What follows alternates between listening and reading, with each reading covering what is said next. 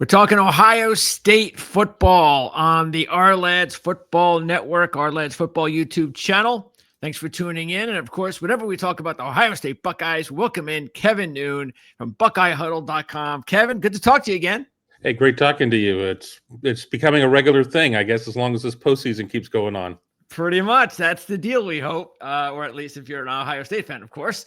Ohio State just killed Tennessee last week to put this really huge matchup on center stage at the Rose Bowl coming up next week.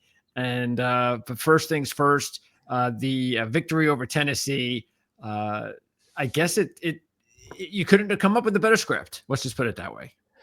Yeah, I did not end up seeing it going down exactly the way that it did. I did say during some of the previews that I recorded over the course of the week, what a blur that was. That we all think it's going to be low scoring game. Watch, it'll end up being a high scoring game, and oh boy, howdy, was it 21 points in the first quarter. I mean, Ohio State just landed the not only a couple headshots, but that fatal body blow in the first quarter. And even though it was 21-10 at halftime, it never felt like it was in it was in question. And Ohio State showed what it looks like when you play nearly a complete game. So does that carry over to Oregon here in the rematch? I guess we're going to find that out here sooner or later. Was there anything specific regarding whether it was the quarterback play, the running game, the defense that you didn't expect, or you were really surprised in a very positive way? I think the offensive line, because once again, it was a case of we'd heard all of these problems with the offensive line. We'd seen them, and then Ohio State turns around and the line plays well. They ran a very similar configuration to what they had been doing, but then they also inserted Luke Montgomery into the mix as well. I mean, everything really seemed to be working. You go back a couple weeks prior, Michigan was able to get a lot of pass rush against Ohio State, really make Will Howard uncomfortable. He had happy feet a little bit in that game. In this game, he had a very clean pocket, was able to be very decisive in his throwing, and he was an 83% passer. So if Ohio State gets more of that, I mean, that's going to bode well. But I think offensive line was the biggest thing that everybody was dreading. I think people saw that Tennessee could be a little bit offensively challenged. That held true. I mean, I think everybody kind of talked about the cold. A lot of people tried to downplay it. I think there's still going to be people be like, well, that had no impact. Well, they looked kind of miserable out there in the cold. I know I was miserable walking to and from my car. But yeah, it was exactly the game I expected, yet not at all the game I expected. I expected Ohio State to win, but not by 25. I expected Ohio State to maybe score 25. Yeah, you just kind of felt that as soon as they got off, even that first drive was so important. And we talked about getting off to a really good start was so important based on everything else that was going on psychologically and so forth from the previous game. So, and then it just kept happening and kept happening. And at that point, I mean, it was like, all right, well, I mean, even though it was 21-0, it was early in the game. It wasn't like even like the Clemson game where Clemson came back. It was like, he just never really felt that Tennessee was going to come back as good or and talented as they were. It's just, you just felt that Ohio State had just given them such a body blow that in the scenario and everything that we talked about, and Samson, of course, we had no idea what would happen there. That was also huge, but it just looked like they had just gotten off to the best start they could have possibly gotten off to, and that all they had to do now was just not screw it up. Right. And let's not forget, Ohio State was very close to going up 28-0. There was the interception that I'm not exactly sure how the officials saw that one. I think just for the sheer fact that it was called an interception on the field, it was going to be very difficult to overturn. But oh my God, that was pass interference. But it is what it is. I think there's probably a penalty that occurs on every play. So it would be a really ugly and terrible game, and the sport would die if we called penalties on every single play as they happen. But for Ohio State to come out and really win that middle eight, Ohio State didn't have the ball to start the second half, gets the big stop there, and then marches down the field once again. Jeremiah Smith, the true freshman, I mean, really, if he's not the Blitnikoff favorite for 2025, I don't know who is. It was a very impressive game. The running of Trevion Henderson, of Quinshon Judkins, it just felt like there was still more that Ohio State left on the field, and Ohio State called the dogs off with about 10 minutes left to go in the game. People are like, how does this, compare to some of the other postseason routes that you've seen from Ohio State? I go back to 2014, Wisconsin, the Big Ten championship game. Yeah, I think if Ohio State, really just were pissed off and looking to just drop the hammer for the entire game, they could have eclipsed 60, to be quite honest. Yeah, it felt that way. Okay, so next up, Oregon. And the setup is just so perfect. Rose Bowl, or even though Oregon's the Big Ten. I mean, we're not going to really be thinking about that, not just because it's a playoff game, but because it's almost like, oh, you got a Pac-12 team and a Big Ten team. That's kind of what your head says. So it's that kind of perfect. But again, it's a win and you move kind of deal. Rose Bowl, at least in the past years ago, it never was put together that way. So it's even more important. When you look back at the first matchup, was there anything that, because I was just looking at the stats before we came on the air, just to kind of refresh my memory. And it's like, I'm trying to find something in the stat. I couldn't find anything. It's like everything was almost similar, to the score. Usually, even if the score is close, you find something like someone, the team did this better or that better. And I can't find it in the stats. So what did you feel that Ohio State did better than Oregon in that game and vice versa? Yeah, it was an interesting game, and I've already gone back and rewatched it twice as I'm trying to get ready for my Oregon preps. I've watched Oregon play Penn State in the Big Ten championship game only to muddy the waters as well. I think that Ohio State made a few mistakes along the way, some penalties, some pre-snap penalties. The noise at Autzen is going to be it's a real thing, having been there and everything else. Probably a couple passes that Will Howard would have liked to have back and everything else, but I think that, honestly, it's just a matter. It was two teams out there playing at a pretty high level. I mean, honestly, there were some mistakes and things along those lines. Ohio State had, turnover or two, and that certainly caused the issue. But it's going to all come down to that final drive, and Ohio State not really being able to move the ball down the field, kind of akin to what we've seen in some of Ohio State's other losses through the years. But even with that, I think it was a questionable Jeremiah Smith offensive pass interference call away from Ohio State being able to win the game. But don't put yourself in that position. It was a very winnable game. Ohio State was not able to hold on Oregon's last scoring drive, which obviously meant everything right there. I think it just kind of goes to show though too that if Ohio State probably had more faith in its kicker, things maybe go differently. I think Ohio State felt differently about Jaden Fielding at that point than it does now. I don't think that if it comes down to that point, Ohio State better be inside of 35 after a couple of misses against Michigan. I mean, he had a 40-yarder at that point. They would have been fine with him kicking a 45-yarder in that game, but it's interesting how fortunes change, how narratives change, and everything else. But I don't think Ohio State handed Oregon anything. I don't think Oregon handed Ohio State anything. I think it was just, it was 2 versus 3 in a Week 7 matchup, and it was probably one of the top 3 games in college football. When I look at the stats, I do see Trevion Henderson statistically had a really good game, especially compared to Judkins. I mean, it looks like almost one of those deals when you look at the stats, you're like, well, why didn't Henderson get 5 more carries than Judkins? Because Judkins wasn't getting anything, and Henderson had these big numbers. Were those numbers inflated, or is that something to look into in this matchup that maybe Ohio State will go to Henderson a little bit more than Judkins? Maybe it's just a matchup thing. Well, Henderson had a 53-yarder in that game, so that did kind of skew the numbers right there. I mean, we see that 8.7 per carry.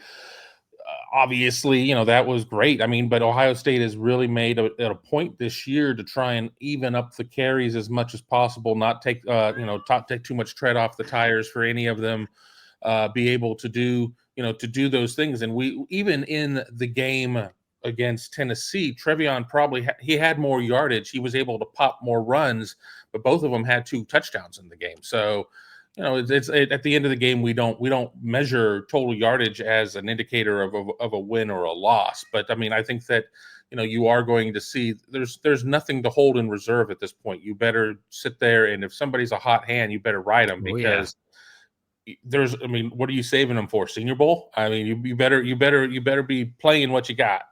Absolutely. All right. What about Ohio State's defense in the game itself? Because we could say everything about, okay, it's an even matchup and all this other stuff, but the defense has played so well lately, especially, and for most of the season, but really well lately, that what do you think about the matchup with Gabriel? Because even just watching the Big Ten championship game, and we know Penn State's got a good defense, that he's just so tough to play against because he's so experienced and he's got those weapons to go to. I mean, Tez Johnson has got so much speed that it's hard to contain him, and then he got other players as well, including a tight end. So, what do you think the Ohio State's going to be the most concerned with going up against their offense? Yeah, all of it. I mean, Jordan James has been just terrible to bring down. I mean, he has been such a tough runner for them. I mean, Dillon Gabriel is, you look at him in street clothes, you're like, who's this equipment manager? And then he goes out and he throws for 300 yards against you and 4 scores, or So I think what's going to be different for Ohio State defensively is Ohio State's defense is playing with a different swagger right now. Yeah. Ohio State only had 12 players listed in the game book that recorded stats. They were not rotating guys all that much. I think that there's more faith in having a rotation. Ohio State recorded 0 sacks, 2 tackles for loss. Ohio State was trying to just play everything in front of them. They weren't necessarily being aggressive. I think that we've seen Dillon Gabriel this year struggle a little bit more when he is pressured. Even going into that game, though, we were saying that Ohio State played it really safe. I don't think you can play it as safe in this game. That doesn't mean that Jim Knowles is suddenly going to become this huge blitzer in this game, but you've got to find ways to get Gabriel out of his comfort zone, force him to roll the pocket. You got to hit him a couple times. I mean, obviously within the confines of legality of the game, but you got to hit him a couple times. And I think that's going to be important because Evan Stewart, Tez Johnson, you look at those guys. I mean, and they're just, they're fantastic. Terrence Ferguson is just a beast to bring down. It is a very complete offense, but I think that the great equalizing factor is pressuring Gabriel, hitting him a couple times, because we've seen him when he throws his interceptions, they are generally when he is being pressured, and a lot of times it's when he's dealing with a short field in the red zone.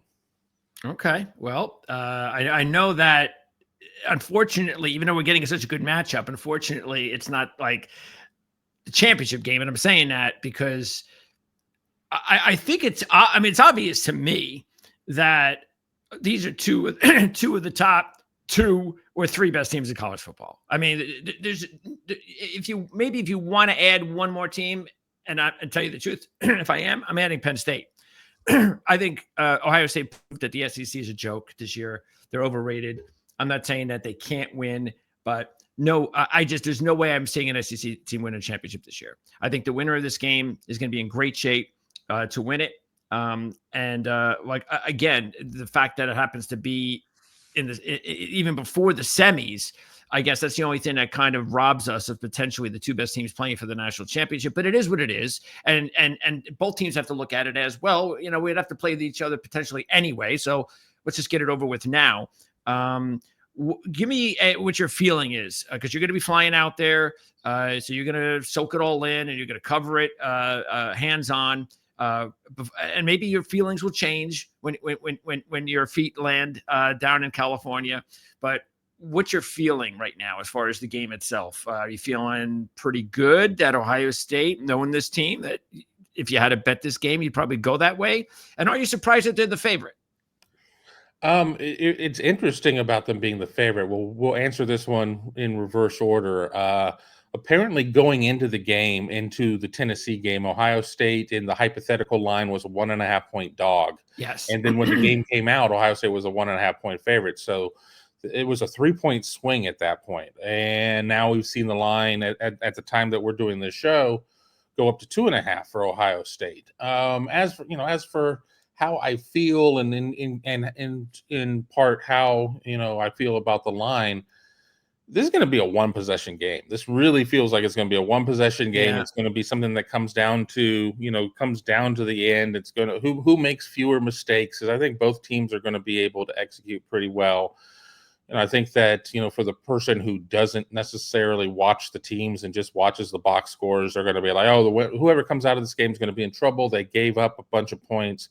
It's two offenses that can move the ball. I know Ohio State really, if you just look at the numbers from a top-down view, is considered a defensive team. The offense has, been there, but then it's also a team that just put up 42 against Tennessee, whereas the Ducks have had a week to rest. And, to go back to like basketball, is this like having to play in the first four in Dayton for Ohio State, get some momentum, and then enter the tournament at that point on a run? You're not having to warm up. Does Ohio State get off to a quicker start because it's played much more recently than Oregon has? So I think it's going to come down to let's open up the big book of football cliches: who executes better, who makes fewer mistakes, and probably who catches a break. I mean, I think that you got to have a service break in there at some point. If Ohio State is able to get Oregon off the field on third down, if Ohio State's able to do a couple of those things, I like Ohio State's chances. But if Ohio State is not able to do those things, I mean, Oregon's going to be tough to beat. I mean, you can't sit there and play a game with Oregon where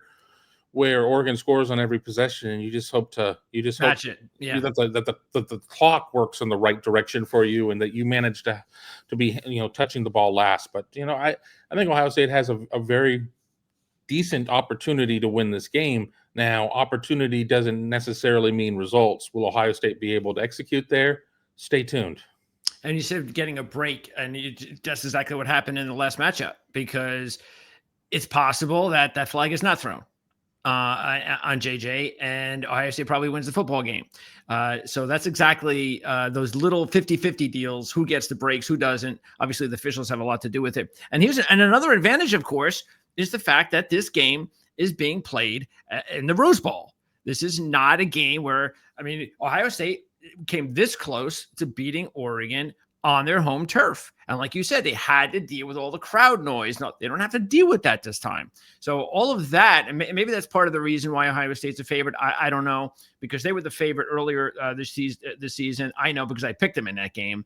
But I was actually, the thing I was disappointed the most watching them play in that game, picking them, was just the fact they just couldn't stop them when they needed to. They was just, I just couldn't believe that they just could not stop them. As good as we know Oregon is, I didn't realize that they could be that good against Ohio State's defense. And so, like you said, statistically speaking, there's no way that I think they could win this game again if they don't put more, like you said, I don't know where it's coming from, blitzing, pressure, whatever it is, but they've got to get sacks. They've got to get tackles for loss. They've got to put those kind of statistical numbers up there in order for Ohio State to win this football game. Otherwise, it's going to be another 35-38 type of game, and it's going to be a coin flip. Well, let's go back to this. The last time they played in October, Quinshon Judkins lost a fumble.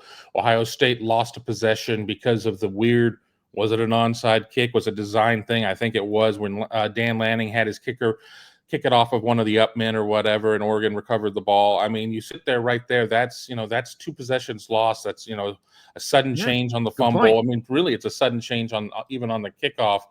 And Ohio State still played Oregon within a point. So you even that out. You put that, you either put that to 2-2 or you put that to 0-0 or 1-1 or whatever, or God forbid you give Ohio State the advantage there. How does that game turn out at that point? But it's really difficult to beat a team twice. That's true. It's really difficult. I do remember Ohio State doing it a few years ago against Wisconsin. I guess that probably would have been like 2019, but the second time around, it was Ohio State won the first one by a significant margin. The second one was much closer in the Big Ten championship game. If you're going to if you're going to split the series with Oregon, you'd much rather lose the regular season game than this one, when it's win or go home. Okay, before I let you go, and again, you don't have like a prediction yet, do you? I have not gotten. I have a score that I've been noodling around with. I'm not ready to debut it yet. And where will you give that score out so the viewers know when you're going to be doing that? I will give that score out on the 31st over at BuckeyeHuddle.com. I'll probably even put it on Twitter, and I may even put it on my own show, the Big Meat Kickoff, at YouTube.com/BuckeyeHuddle. Okay. And are there any injury concerns? Nothing, nothing new that we know of. We talked to Ohio State, obviously, since the Tennessee game, we got on the Rose Bowl conference call. Nothing was really brought up about any injuries. I mean, the players that have been hurt for Ohio State are still hurt, but it doesn't sound like Ohio State's any worse for wear coming out of the first round game. All right. Well, we're going to see how this all unfolds. Again, it should be a great game, and especially the whole setting being the Rose Bowl. I think this is going to be it should be one for the ages. Sometimes it doesn't always work out that way, but I think based on the way these two teams look right now, it might be a little hard for Ohio State because they played such a great game. It's hard to do that back to back. That's the one thing you have to be a little bit concerned with. And again, you don't know Oregon, how they're going to react. I mean, I think it's probably important for Oregon to get off to a good start on the Oregon side because, like you said, Ohio State's coming in, everything's going great after the win. And Oregon's kind of sitting around waiting. So if they can get off to a good start, that's probably a bad sign for Ohio State. But either way, I hope it's a great game. I'm not even sure what I've decided to do yet. I think what I'm going to do, though, is I'm going to probably do a parlay with championship with Ohio State and Oregon, because I believe right now, the way these two teams look, it's probably going to be the winner of this game wins the national championship. So, Kevin, I appreciate it. I look forward to having the opportunity to talk to you again, maybe, all depending. And when is that? When is the semifinals? I think they're like one's on the 10th of January and one's on the 11th. I don't have it off the top of my head, but that sounds right. And Ohio State would feed into the Cotton Bowl again, yes, that's potentially right, with a matchup against Texas. Okay, yes, that's and if the Cotton Bowl was the Friday game. So that's right. It's a Thursday, Friday. When I looked at that, I was like, Thursday and Friday. And I realized, well, the NFL has playoffs and all that kind of stuff. So yeah, you got to dance around all that. And everybody was like, what are the playoff, what are the college football playoff numbers going to look like against the NFL? And the NFL still put up bigger numbers. This is still an NFL country, but I didn't watch a second of the NFL personally. Well, we'll see what happens with the Rose Bowl. That's going to be a real good indication of how many people are paying attention, because it is the Rose Bowl, and you got maybe the two best teams, and the ratings should be pretty high, 20 maybe all time high. Guess, about 20 million should be. Oh, you know what? Give me at least a minute as I close out. I should ask you about Ryan Day. How could I not? So. Any changes at all in the air, or same thing like you said the last time we did this a couple weeks ago? It's not about winning one game. He has to win more games. Are you still feeling the same way, or does it all depend on the outcome? Has anything changed after the first game? I think that a lot of people have softened their stance after Ohio State won that game in the fashion they did because of how Ohio State won it. Ohio State didn't come out and play conservative. Ohio State didn't come out and kind of meander around the field. And, if Ohio State would have won that game by 3 at the end, I think people would be like, okay, that was fine. There's nobody who's like, well, Tennessee was just overrated. I think everybody's, still riding the wave and everything else, but went over Oregon to kind of answer for the other loss during the regular season. Win a Rose Bowl trophy would help the situation. I'm not hearing the same things on the airwaves that I had heard. There's still not a lot of yeah buts and things along those lines, but it would bode well for Ohio State to be able to win this game, get to the national semis. But I think you couple this game with Ohio State having some success in the transfer portal in terms of its assembling its 25 roster, have calmed the Savages. All right. Well, speaking of the recruiting, don't forget to check out all the links that we have in the description of this video. You can check out all the content that Kevin has available for you, including, of course, when he's going to make his prediction on the game coming up real soon, or, well, maybe not soon, depending on when you're watching the video. Anyway, again, great job as always, Kevin. Appreciate your time. Have a safe trip out to California and enjoy the game. Absolutely.